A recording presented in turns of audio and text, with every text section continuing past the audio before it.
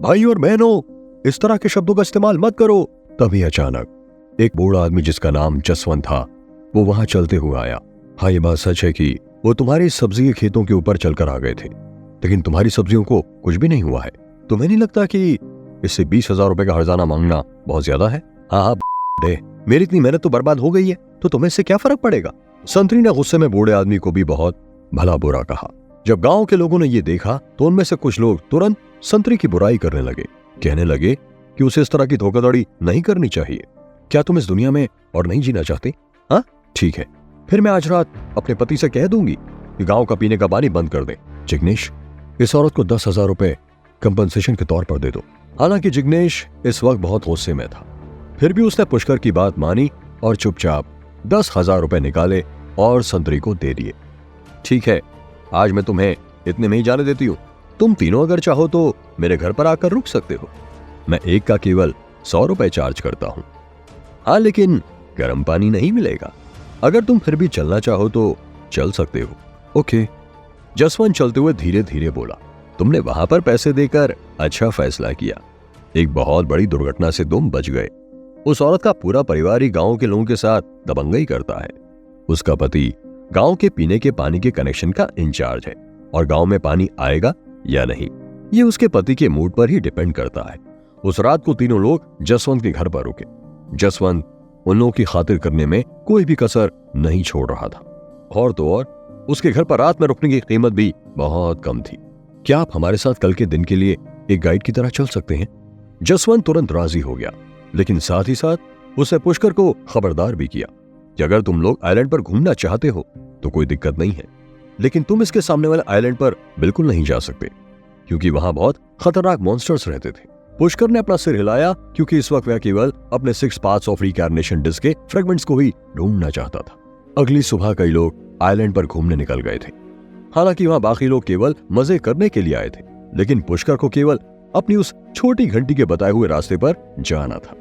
Island के किनारे पर चलते हुए अचानक उसके सामने गजेंद्र और उसकी टीम आ गई थी, जो कि सामने वाले आइलैंड के घने जंगलों में जाने का प्लान कर रहे थे।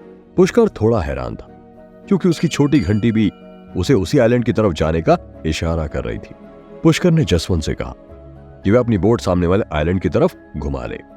शुरू में तो जसवंत ने काफी मना किया, लेकिन काफी मनाने के बाद और कुछ पैसे बढ़ाने के बाद आखिरकार जसवंत वहां जाने के लिए तैयार हो गया। तो लड़के, क्या तुम भी हमारे पीछे पीछे वहां जा रहे हो? तुम आइलैंड की दूसरी तरफ नहीं पहुंच सकते। बाद में मत कहना कि मैंने तुम्हें वार्निंग नहीं दी थी। तुम्हें पता भी है तुम किससे बात कर रहे हो? ऐसी कोई जगह नहीं जहां पुष्कर नहीं जा सकता। पुष्कर? अरे तुम्हारे पुष्कर की। जसवंत की बोट बिल्कुल खटारा थी। हालांकि उसमें एक मोटर लगी हुई थी, लेकिन वह मोटर भी काला धुआं छोड़ रही थी। गजेंद्र और उसके साथी एक्साइटेड थे और चिल्ला रहे थे, और उनकी खूबसूरत स्पीड बोट हवा में पानी की बौछारें उड़ाते हुए तेजी से आगे बढ़ रही थी। ठीक इसी वक्त और भी कई सारी बोट्स आइलैंड के किनारे से चल पड़ी थी, और उन सब में मछुआरों के गांव के लोग थे, और उन्हीं के साथ संतरी और उसका बेटा टोनी भी था। ललित, क्या तुमने वह काम कर दिया जो मैंने तुम्हें कल रात करने को कहा था? चिंता मत करो, मैंने उन दोनों की बोट के साथ तुम्हारा बोला हुआ काम कर दिया है। जब सही समय आएगा तो उन लोगों का सारा सामान हमारा हो जाएगा। संतरी ने अपने बेटे टोनी का हाथ पकड़ा और लगभग 1 दर्जन गांव वालों को लेकर चप्पू वाली नाव में उनका पीछा करने लगी।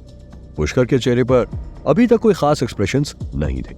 अचानक ही उसके चेहरे पर एक फियर्स लुक आ गया था, और उसने देखा कि गजेंद्र की स्पीड बोट उसके ठीक सामने रुकी हुई थी। उनमें से कई लोग चिल्ला रहे थे, जिससे कि साफ पता चलता था कि उनके साथ जरूर कुछ हुआ था। अबे बुड्ढे, ये हमारी बोट में पानी क्यों भर रहा है? मैंने बोट के नीचे से ये एंटी स्लिप मैट हटाई तो देखा यहाँ पर एक छोटा सा छेद हुआ है। कज्जू भाई, ये काम तो जरूर किसी ने ड्रिल मशीन के साथ किया है। गजेंद्र भाई, जरूर हमको कोई मारने की साजिश कर रहा है। बोट के ऑयल पंप में भी लीकेज है। डैम इट, ऐसा लगता है कि जिसने भी ये काम किया उसको हमारी बोट के बारे में सब कुछ मालूम था। मंतोष बोला, क्या पुष्कर गजेंद्र और उसके साथियों को बचा लेगा? क्या पुष्कर की नाव में भी छेद था? जानने के लिए सुनते रहिए ये एक्साइटिंग कहानी सिर्फ पॉकेट FM पर।